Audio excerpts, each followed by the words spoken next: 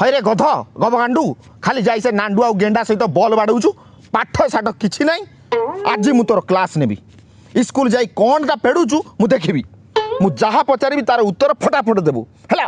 ହଁ ଆମ ଦେଶର ରାଜଧାନୀ କିଏ? ଫଟାଫଟ ହଇରେ ଲଫଙ୍ଗା ଫଟାଫଟ ମାନେ ତତେ ମୁଁ ଉତ୍ତର ସାଙ୍ଗେ ସାଙ୍ଗେ ଦେବାକୁ କହିଲି ମୂର୍ଖ କୋଉଠିକାର। କହ ଏଥର ଆମ ଦେଶର ରାଜଧାନୀ କିଏ? ରାଜଧାନୀ ଦିଲ୍ଲୀ ଦିଲ୍ଲୀ। କହିଲୁ ଅଧିକା ପାଣି ପିଇଲେ କ'ଣ ହବ? ଅଧିକା ଅଧିକା ମୁତ ମାଡ଼ିବ। ମୁତ ମାଡ଼ିବ? ଆରେ ପାଣି ପିଇଲେ ଆମ ରକ୍ତ ଆଉ ଚର୍ମ ପରିଷ୍କାର ରହିବ। ହଁ ହଁ ହଁ ରକ୍ତ ଚର୍ମ ପରିଷ୍କାର ରହିବ ବୋଇଲ। କହିଲୁ ଅଗଷ୍ଟ 15ରେ ଆମକୁ କ'ଣ ମିଳିଥିଲା? ସେଉ ଆଉ ବୁନ୍ଦି ମିଳିଥିଲା।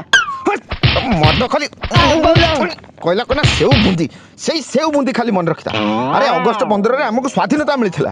ସ୍ୱାଧୀନତା ମିଳିଥିଲା ସ୍ୱାଧୀନତା ମିଳିଥିଲା। ଗଧ କୋଉଠିକାର? କହିଲୁ କୋଉ ଚଢ଼େଇ ଉଡ଼ି ପାରେ ନାହିଁ? ମଲା ଚଢ଼େଇ ଉଡ଼ି ପାରୁନି।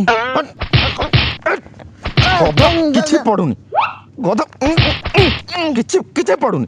ଆରେ ବୋକା ଏମୁ ପକ୍ଷୀ ଉଡ଼ି ପାରେ ନାହିଁ। କୋଉ ଚଢ଼େଇ ଉଡ଼ି ପାରୁନି? ଗେମୁ ପାଖି ଗେମୁ ପାଖି। ଆରେ ଗେମୁ ପକ୍ଷୀ ନୁହଁ ବୋକା, ଏମୁ ପକ୍ଷୀ।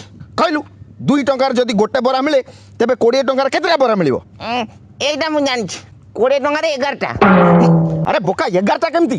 10ଟା। 20 ଟଙ୍କାରେ 10ଟା ବରା ମିଳିବ। ସୁକୁଟା ଦୋକାନରେ ତ 20 ଟଙ୍କା ଦେଲେ ସିଏ 10ଟା ବଦଳରେ 11ଟା ଦିଏ। ଆଉ ଗୋଟେ ଫ୍ରିରେ ଦେବନି କି? ଫ୍ରିରେ? କହିଲା କଣ ଫ୍ରିରେ? ସେଇ ବରା ଖାଇବାର ତୋର ଖାଲି ମନ। ପାଠ ସାଠ ତୋ ଦ୍ୱାରା କିଛି ହବନି।